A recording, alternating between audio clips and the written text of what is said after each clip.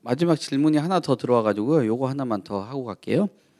뭐 신축 주택 같은 거 하면 이런 내용들이 많이 있었나 봐요. 신축 시 전세금을 잔금으로 한다. 세입자를 못 들이고 있다라고 하시네요. 전세가 안 맞춰져서 그렇겠죠. 네, 1년이 지났고 제가 볼 때는 뭐 전세값이 계속 하락하고 있으니 앞으로 기대하기가 어렵다라고 말씀을 하시네요. 그러면서 계속 기다리라 라고 말을 하고 하는 상황이라고 합니다. 업자는 부동산에도 미루고 부동산 통해서 계약을 했다. 그러니까 부동산은 또 대책이 없으니까 기다리라. 세입자를 구하라는 말로 초지일간 그러다 점점 전세 가격은 빠지고 하다 보니까 기대가 안 되고 대책이 없습니다. 특약 내용을 써주셨네요. 잔금은 전세금으로 2개월 내 맞춘다라고 기재가 되어 있다라고 합니다. 그러나 못 맞추니 계약 위반으로 라는 내용도 있고요. 그리고 투룸 신축이고요. 해약할 수 있을까요? 해약하는 게 최선일까요? 내용 증명도 보냈는데 동의서 받기도 하긴 하는데 낙오된 상태랍니다. 라는 질문을 주신 것 같아요. 우선적으로는 이거 법적인 거 검토하고 그 외적으로 옆에 계신 분들한테 다양한 의견 듣도록 하겠습니다. 요즘에 이런 문의 많으시거든요. 그리고 실제로 소송하고 있는 사례도 있는데 이게 전세금으로 이제 잔금을 맞추기로 했는데 이게 전세가 안 맞춰지니까 잔금 자체를 못 하시는 거죠. 근데 이게 매도인 그러니까 분양을 한 사람도 이 부분에 동의를 했다라고 하면은 좀 양해가 가능한데 근데 그냥 그 분양 대행사나 이런 데서 일방적으로 맞춰주겠다라고 했는데 매매 계약서엔 이런 게 없는 경우들이 있거든요. 그러면은 해제하기도 좀 애매하고 그런 경우들이 많이 있어요. 근데 여기는 지금 특약으로 잔금은 전세금으로 2개월 내 맞춘다라고 되어 있다고는 하는데 이 전세금을 맞춰주는 거, 그러니까 전세를 맞춰줄 의무가 누구한테 있느냐 이거는 사실 계약서 이 특약 문구만으로는 너무 애매하거든요. 그래서 계약서 전체를 봐야 될 것 같고 그리고 뭐 주고받은 카카오톡 메시지라던가 문자, 뭐 녹취 이런 것들이 있을 수가 있잖아요. 그런 정황 증거들로 결국에는 밝힐 수밖에 없는 부분이 있어서 이게 자료가 가지고 계신 게 있으면은 좀 더 구체적으로 상담 받아보셔야 저도 이제 판단을 드릴 수가 있을 것 같아요. 근데 만약에 이게 뭐 매도인 쪽에서 전세를 맞춰주기로 했는데 2개월 안에 전세를 못 맞췄다 이런 경우에는 의무 위반으로 해서 계약 해지하는 것도 고려해볼 수는 있거든요. 근데 좀 더 자료가 보강이 돼야 저도 정확하게 판단해드릴 수 있을 것 같습니다. 소장님 이거 신축 트름 이런 문제들 뭐 때문에 그런 건지 좀 설명을 주시면 좋을 것 같아요. 이게 최근에 이제 전세 사기 많이 생기고 있는데요. 신축 빌라, 오피스텔 많이 생기고 있는데 좀 더 거슬러 올라가면 이제 최근에 이제 발전이라는 표현은 좀 그렇고요. 신축 빌라 건축업자의 입장에서는 땅을 사서 빌라를 지은 다음에 빌라나 오피스텔을 짓고 이제 분양을 해서 수익을 남기는데 누군가는 분양을 받는 사람이 있어야 되잖아요. 그러면 분양을 받는 사람이 이 사례가 신축 빌라니까요. 신축 빌라 입장에서 말씀을 드리면 왜 분양을 받을까? 뭔가 메리트가 있어야 되죠. 월세를 받으려고 신축 빌라를 분양받지는 않잖아요. 투룸을. 결국에는 캐피털 게인, 자본 이득이란 말이에요. 시세 차익을 보고 투자를 하는데 그 방법이 갭 투자죠. 전세 끼고 갭 투자인데 그런 논리죠. 아파트를 사려면 너무 비싸요. 근데 신축 빌라는 예를 들을게요. 분양가가 2억이라고 하면 자, 전세금을 1억 7천에 맞춰 드릴게요. 3천만 원만 내면 신축 빌라의 주인이 될 수 있습니다. 가격이 올라가면 2억 5천으로 올라가게 되면 5천만 원 벌지 않습니까? 3천만 원 투자해서 5천만 원 벌 수 있습니다. 라는 논리로 접근을 하는 거고요. 성공하는 확률은 전세 가격이 올라가면 됩니다. 아파트하고 다르게 신축 빌라는 전세가 올라가면 돼요. 그래서 분양가 2억에 전세가 1억 7천에 맞췄는데 뭐 전세 난이어가지고 전세가 2억 2천이 갔어요. 그러면 매매 가격이 2억 5천으로 올라갈 수도 있습니다. 그게 전제 조건인데 이분처럼 이제 팔 때 계약을 그렇게 맺은 거죠. 전세를 맞춰줄게. 돈이 3천만 원밖에 없으니까 전세를 맞춰야만 잔금을 칠 수가 있는 구조이죠. 이렇게 딱딱 계획을 잡았는데 전세 가격이 하락을 하잖아요.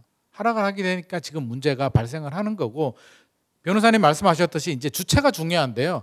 이 특약상 계약을 누구하고 맺었느냐가 중요해요. 시행사하고 맺었느냐. 한마디로 건축주죠. 시행사하고 맺었다면 어떤 법적인 책임이라든지 계약 해지를 요구할 수는 있는데 분양 대행사거나 분양 대행사 같은 경우는 시행사하고 계약을 맺고 분양 대행 일이 끝나면 다른 사업장으로 가버린단 말이에요. 전화번호를 바꿔버리거나 그런 현상이 발생할 수도 있고요. 부동산하고 그 현장 부동산하고 계약을 했다라고 하면 그 부동산이 과연 책임을 질 수 있을까요? 그게 쉽지 않단 말이에요. 그렇기 때문에 계약의 주체라든지 계약서 내용이 굉장히 중요할 것 같고요. 이거는 이게 변호사님 전문가 상담 받아서 좀 풀어 나가야 될 문제고 가장 걱정되는 부분은 다 좋아요.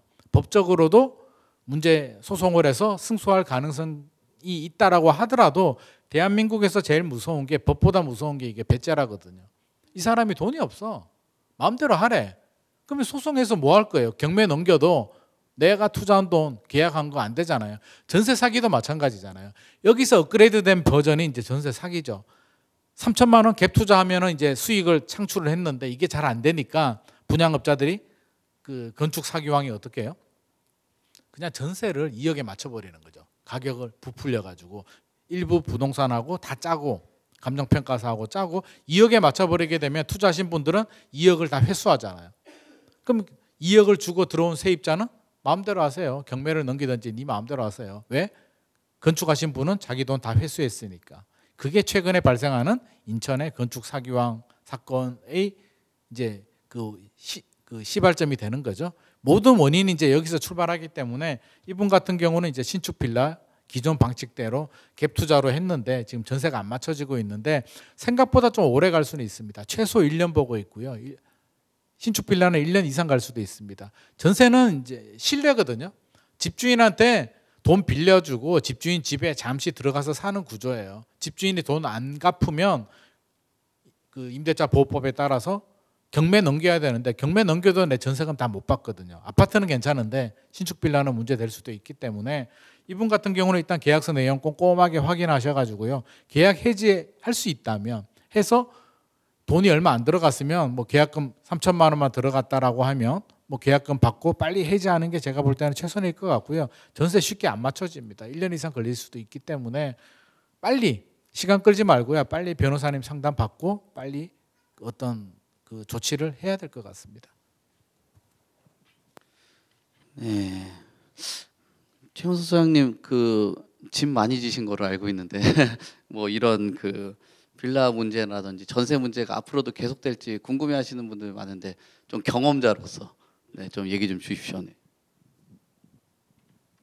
저는 여기 김 변호사님 옆에 계시지만 제가 35년 동안 대한민국 원룸의 아버지로 살았거든요. 그 저는 잠깐 수법이 좀 되게 나빴어요. 저는 돈이 없으니까 주인한테 전세 계약서를 먼저 써달라 그래요. 그래서 방 5천만 원짜리 전세 계약서를 한 20장을 써달라 그래요. 그러면 그게 10장이면 5억이고 20장이면 10억이잖아요. 그걸 들고 제가 그 건축업자들을 설득했어요.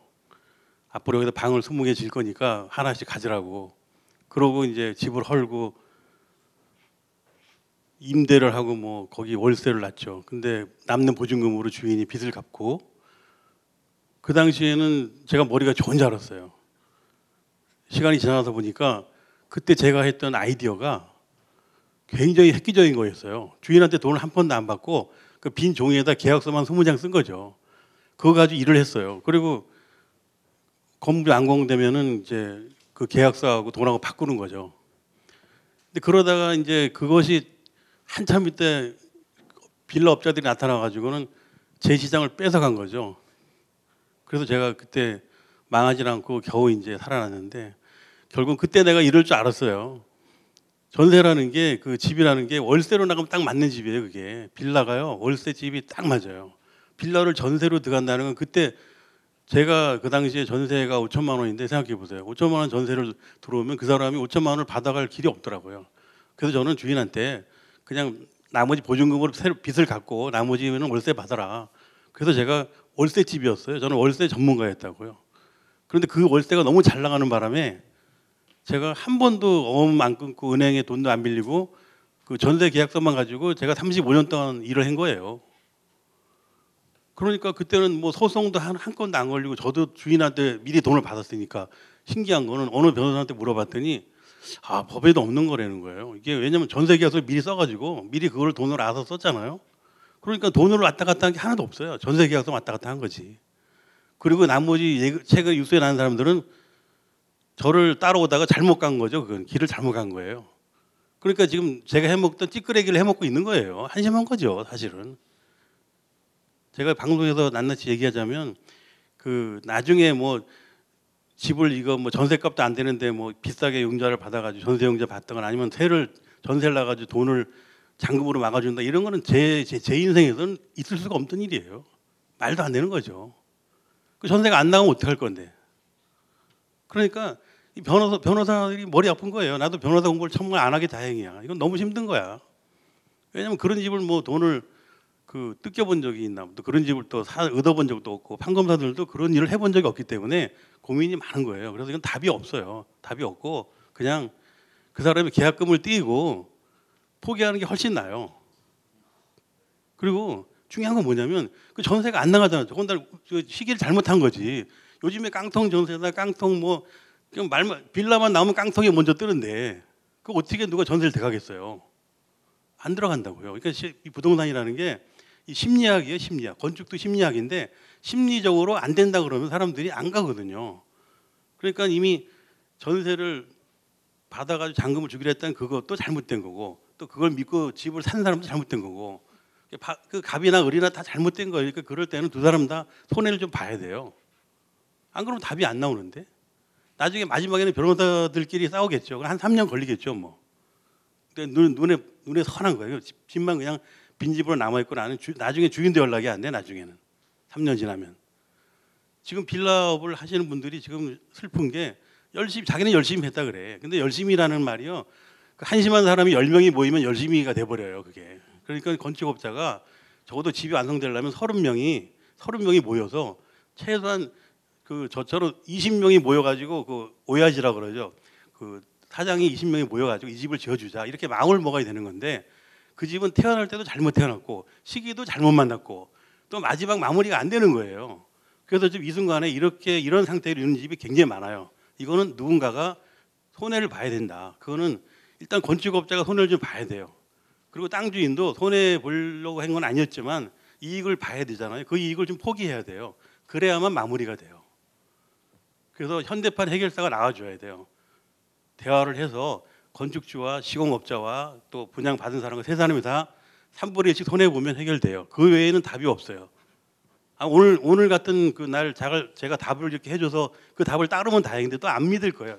말을 안 듣는다고요. 대한민국 사람들은 말을 안 들어. 특히 건설 쪽에는 도대체 말을 안 들어요. 제가 30년 해보고 나서 이건 도대체 더 이상 하다가 내가 늙어 죽겠다. 차라리 다른 길로 가자. 그래갖고 제가 이 방송과 언론에만 매달린 지가 10년 됐는데 아직도 제가 안 뜨잖아요. 중요한 거는 이 분야도 엄청 어렵다는 거죠. 그래서 제가 요즘에는 몸으로 때우면서 공부하면서 한 명이라도 내 편을 만들어야 되겠다. 한 번이라도 내가 경험한 걸 얘기해 줘야 되겠다. 그러면서 제가 유튜브 보고 남의 거 훑어보고 뭐 자다 일어나면 보고 인터넷도 보고 엄청 공부하는데 공부하면 할수록 내 스타일이 훨씬 낫겠더라고. 내가 배울 만한 게 없어요. 아무리 봐도 없어. 그래서 제가 전문적인 내 스타일로 당분간 제가 이 방향으로 갈 거예요. 그러니까 가끔 제가 보고 싶으시면 연락 좀 주세요. 감사합니다.